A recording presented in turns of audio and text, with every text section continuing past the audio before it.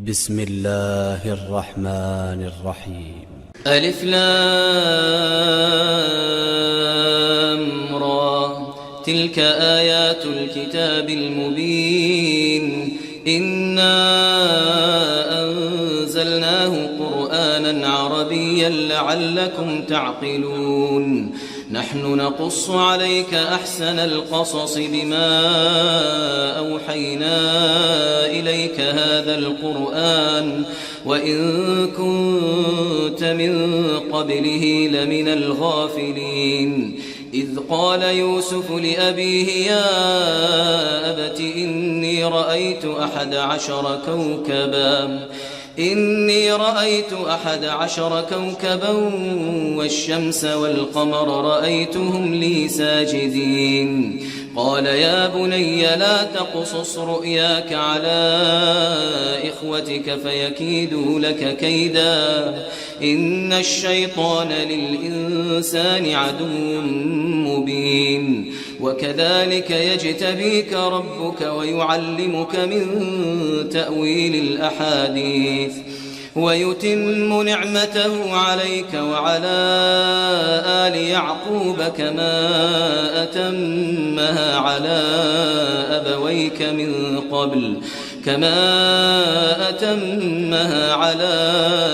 أبويك من قبل إبراهيم وإسحاق إن ربك عليم حكيم لقد كان في يوسف وإخوته آيات للسائلين إذ قالوا ليوسف وأخوه أحب إلى أبينا منا ونحن عصبة إن أبانا لفي ضلال مبين اقتلوا يوسف أو اطرحوه أرضا يخل لكم وجه أبيكم وتكونوا من بعده قوما صالحين قال قائل منهم لا تقتلوا يوسف وألقوه في غيابة الجب يلتقطه بعض السيارة إن كنتم فاعلين قالوا يا أبانا ما لك لا تأمنا على يوسف وإنا له لناصحون أرسله معنا غدا يرتع ويلعب وإنا له لحافظون قال إني ليحزنني أن تذهبوا به وأخاف أن يأكله الذئب وأنتم عنه غافلون قالوا لئن أكله الذئب ونحن عصبة إنا إذا لخاسرون فلما ذهبوا به وأجمعوا أن يجعلوه في غيابة الجب وأوحينا إليه لتنبئنهم بأمرهم هذا وهم لا يشعرون وجاءوا أباهم عشاء يبكون قالوا يا أبانا إنا ذهبنا نستبق وتركنا يوسف عند متاعنا فأكله الذئب وما أنت بمؤمن لنا ولو كنا صادقين وجاءوا على قميصه بدم كذب قال بل سولت لكم أنفسكم أمرا فصبر جميل والله المستعان على ما تصفون وجاءت سيارة فأرسلوا واردهم فأدلى دلوه قال يا بشرى هذا غلام وأسروه بضاعة والله عليم بما يعملون وشروه بثمن بخس دراهم معدودة وكانوا فيه من الزاهدين وقال الذي اشتراه من مصر لامرأته أكرمي مثواه أكرمي مثواه عسى أن ينفعنا أو نتخذه ولدا وكذلك مكنا ليوسف في الأرض ولنعلمه من تأويل الأحاديث والله غالب على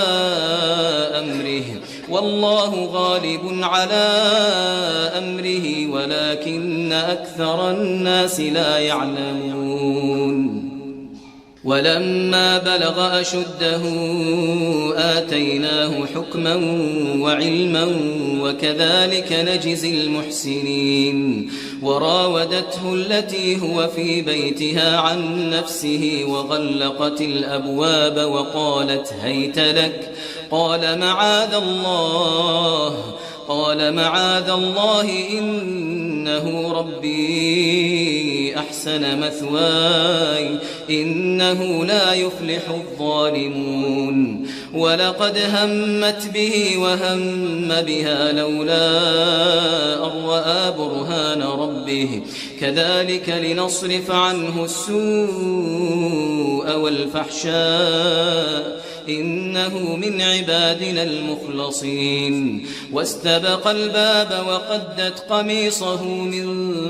دبر وألف يا سيدها لدى الباب قالت ما جزاء من أراد بأهلك سوءا إلا أن يسجن أو عذاب أليم قال هي راودتني عن نفسي وشهد شاهد من أهلها إن كان قميصه قد من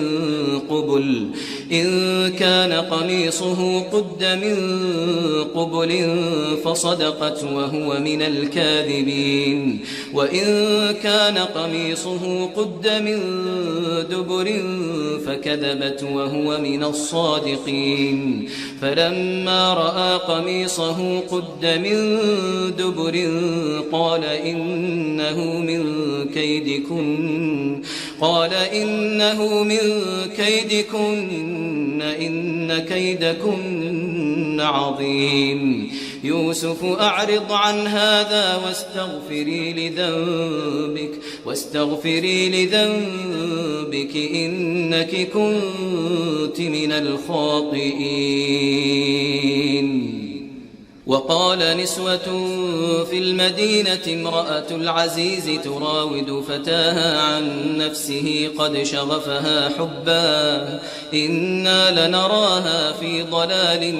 مبين فلما سمعت بمكرهن أرسلت إليهن وأعتدت لهن متكئا وآتت كل واحدة منهن سكينا وقالت اخرج عليهم فلما رأينه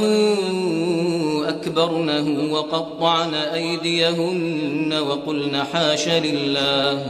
وقلن حاش لله ما هذا بشرا إن هذا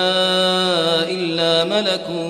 كريم قالت فذلكن الذي لمتنني فيه ولقد راودته عن نفسه فاستعصم ولئن لم يفعل ما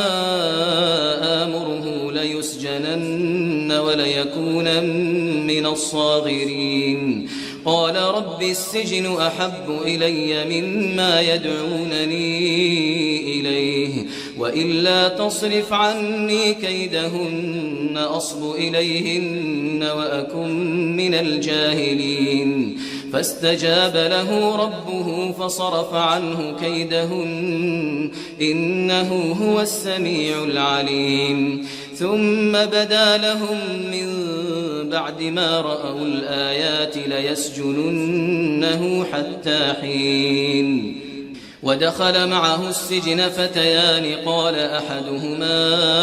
إني أراني أعصر خمرا وقال الآخر إني أراني أحمل فوق رأسي خبزا تأكل الطير منه نبئنا بتأويله إنا نراك من المحسنين قال لا يأتيكما طعام ترزقانه إلا نبأتكما بتأويله قبل أن يأتيكما ذلكما مما علمني ربي إني تركت ملة قوم لا يؤمنون بالله وهم بالآخرة هم كافرون واتبعت ملة آبائي إبراهيم وإسحاق ويعقوب ما كان لنا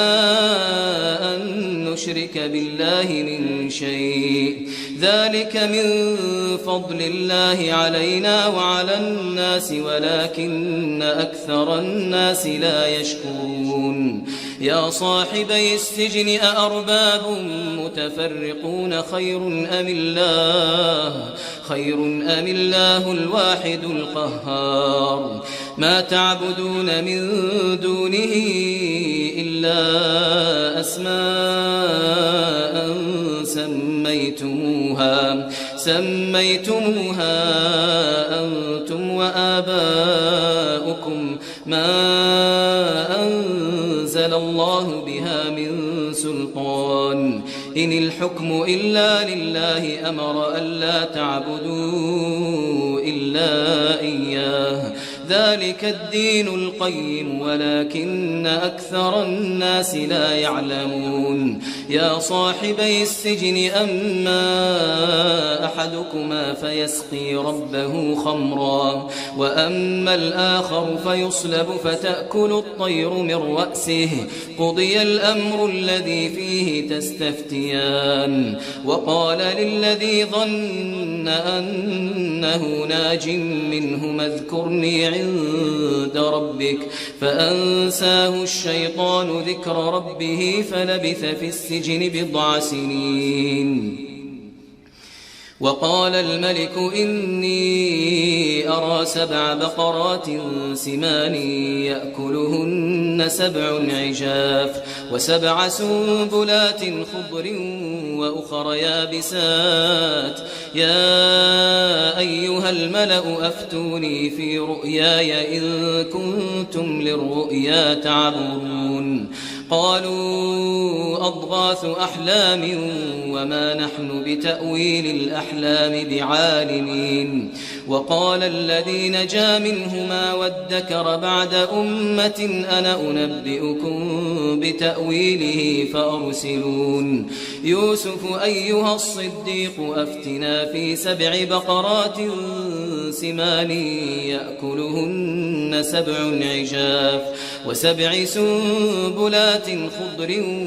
وأخر يابسات لعلي أرجع إلى الناس لعلهم يعلمون قال تزرعون 7 سنين دأبا فما حصدتم فذروه في سنبله إلا قليلا مما تأكلون ثم يأتي من بعد ذلك 7 شداد يأكلن ما قدمتم لهن إلا قليلا مما تحصنون ثم يأتي من بعد ذلك عام فيه يغاث الناس وفيه يعصرون وقال الملك ائتوني به فلما جاءه الرسول قال ارجع إلى ربك فاسأله ما بال النسوة اللاتي قطعن أيديهن إن ربي بكيدهن عليم قال ما خطبكن إذ راوتن يوسف عن نفسه قلنا حاش لله ما علمنا عليه من سوء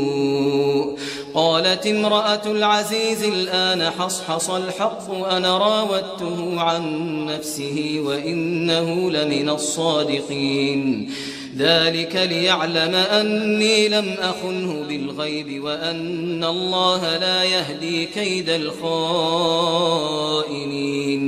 وما أبرئ نفسي إن النفس لأمارة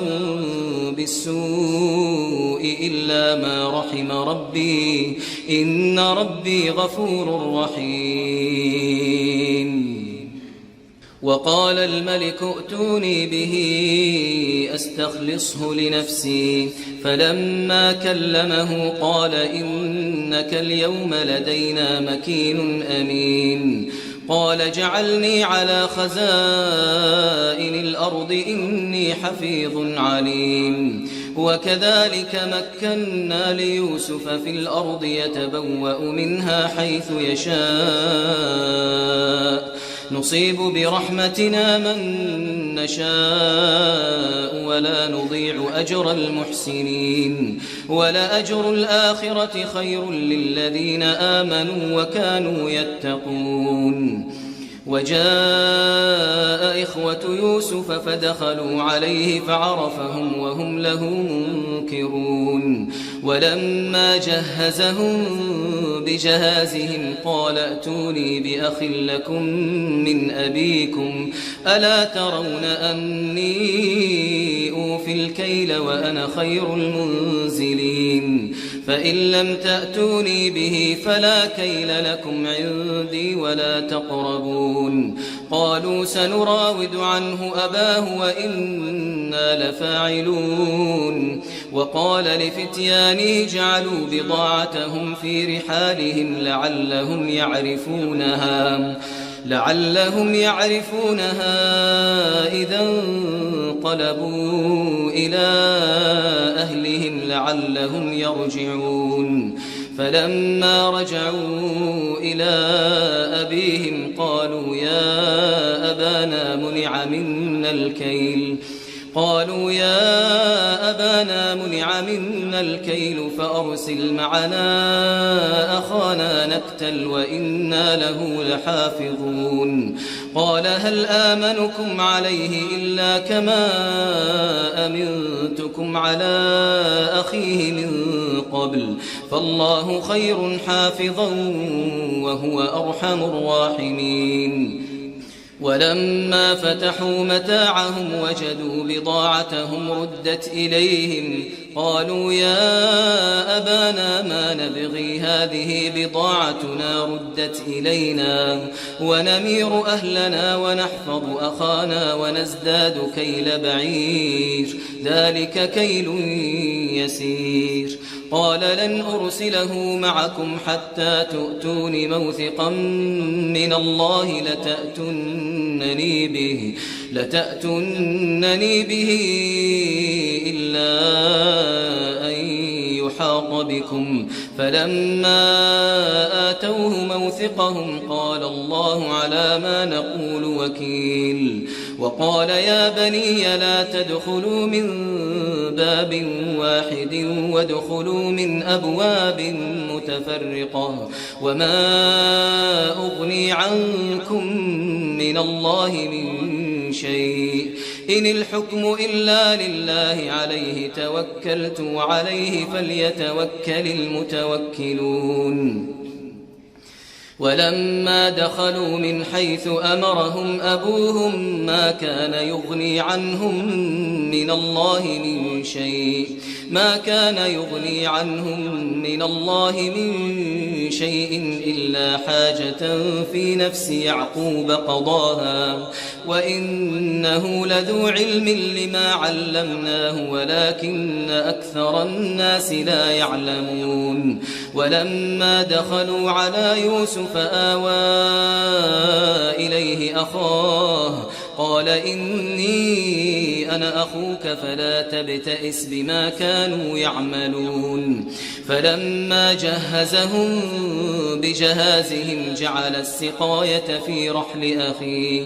ثم أذن مؤذن أيتها العير إنكم لسارقون قالوا وأقبلوا عليهم ماذا تفقدون قالوا نفقد صواع الملك ولمن جاء به حمل بعير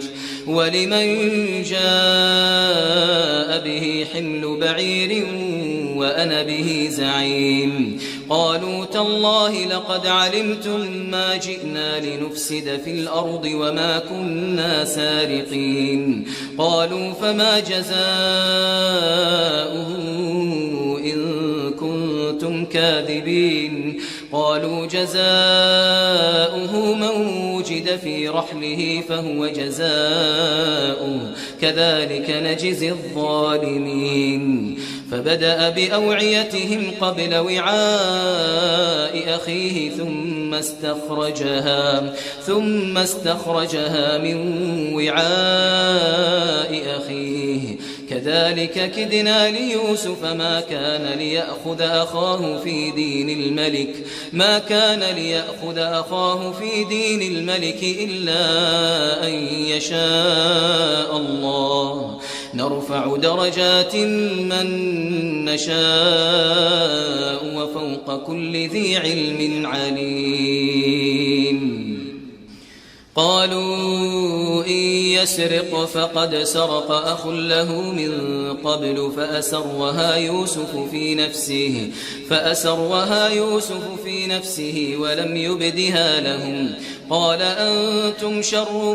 مكانا والله أعلم بما تصفون قالوا يا أيها العزيز إن له أبا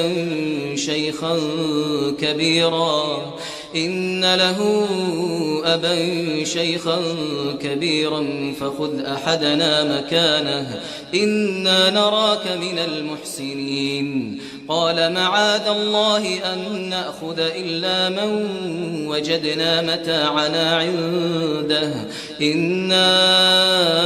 إذا لظالمون فلما استيئسوا منه خلصوا نجيا قال كبيرهم ألم تعلموا أن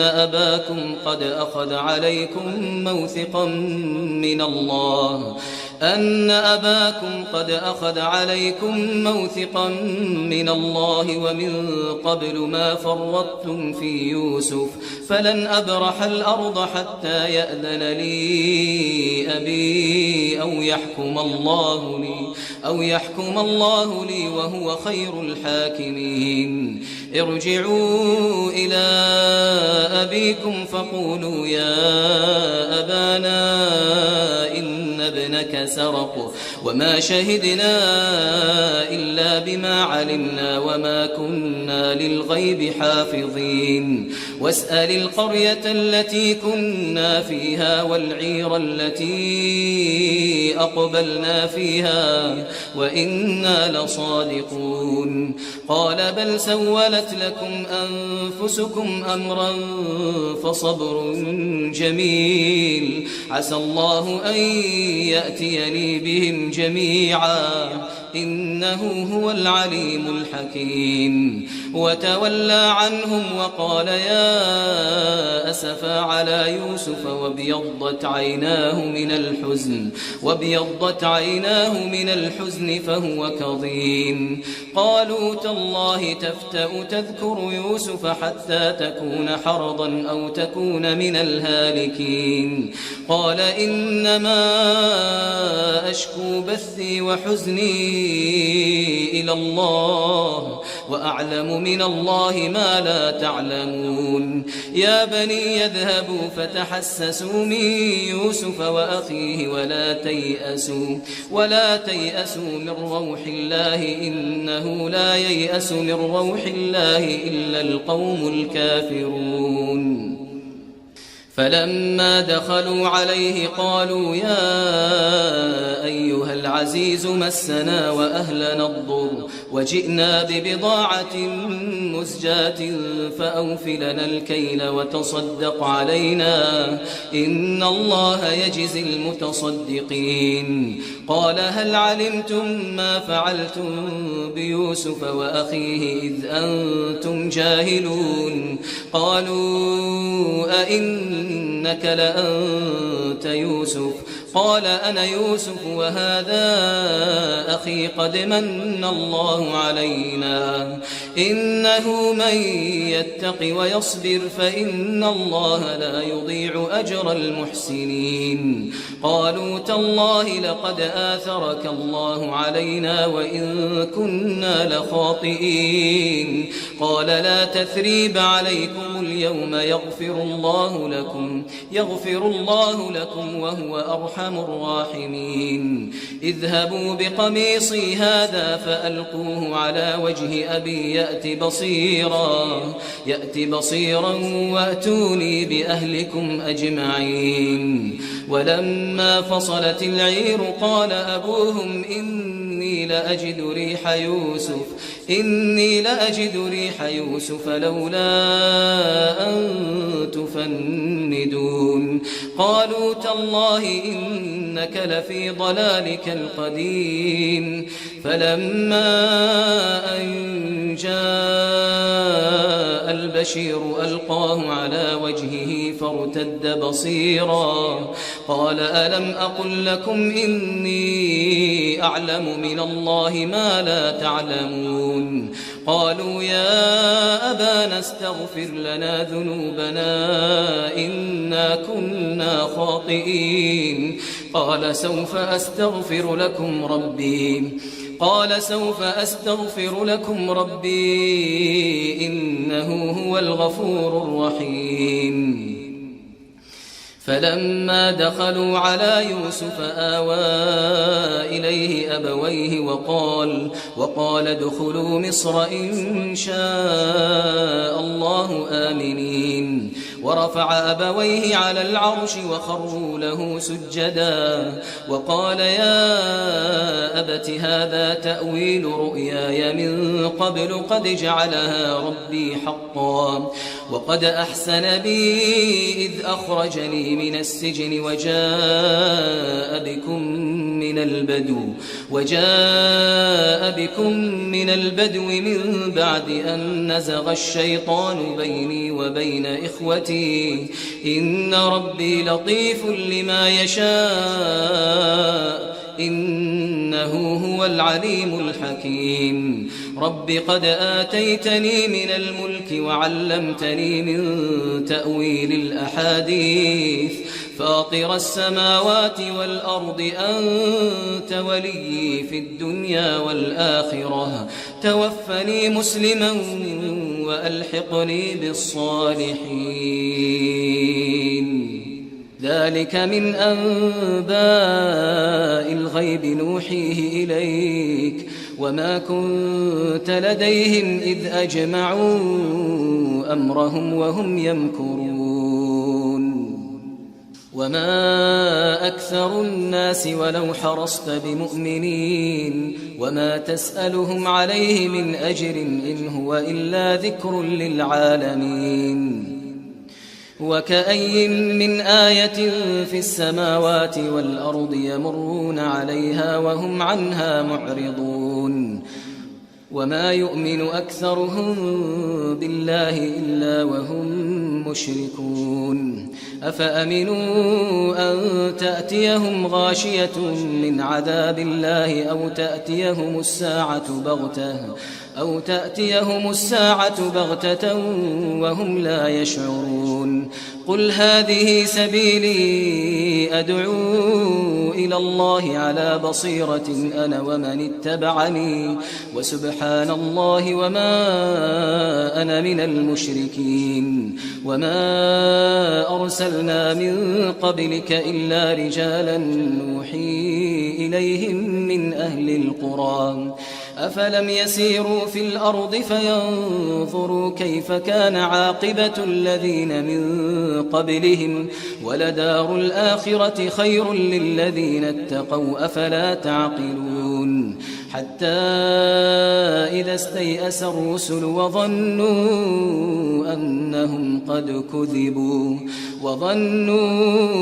أنهم قد كذبوا جاءهم نصرنا فنجي من نشاء ولا يرد بأسنا عن القوم المجرمين لقد كان في قصصهم عبرة لأولي الألباب ما كان حديثا يفترى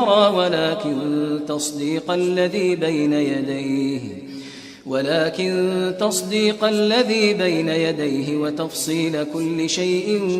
وهدى ورحمة لقوم يؤمنون